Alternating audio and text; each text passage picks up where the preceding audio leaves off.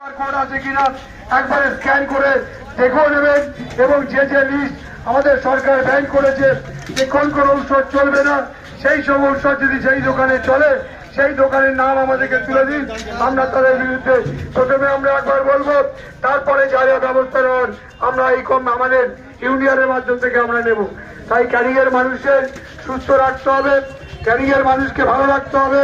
ক্যানিং সহ সুন্দরবন থেকে আগত বিভিন্ন মানুষ যারা বিভিন্ন ডাক্তারবাবুর ঔষধ কিনে খাচ্ছেন, রোগ নির্ণয় করার জন্য, রোগ ভালো করার জন্য ঔষধ কিনছেন যেসব দোকানে, সেই সঠিক দোকানে সঠিকভাবে আপনারা দিচ্ছেন কিনা আপনারা দেখে নেবেন। আমরা দেখেছি বিভিন্ন জায়গায় বড় বড় বোর্ডে দিচ্ছে 30% ছাড়, 40% ছাড়, 15% ছাড়, 20% ছাড়। ভেবে নেবেন এর ভিতরে কোনো না কোনো একটা মিথ্যে চক্রান্ত আছে, কোনো না কোনো জাল ঝুঁকি আছে, কোনো না কোনো অন্যায় ঝুঁকি আছে। তাই যারা একটা ঔষধ 100 টাকা বিক্রি করে 40 টাকা ছাড়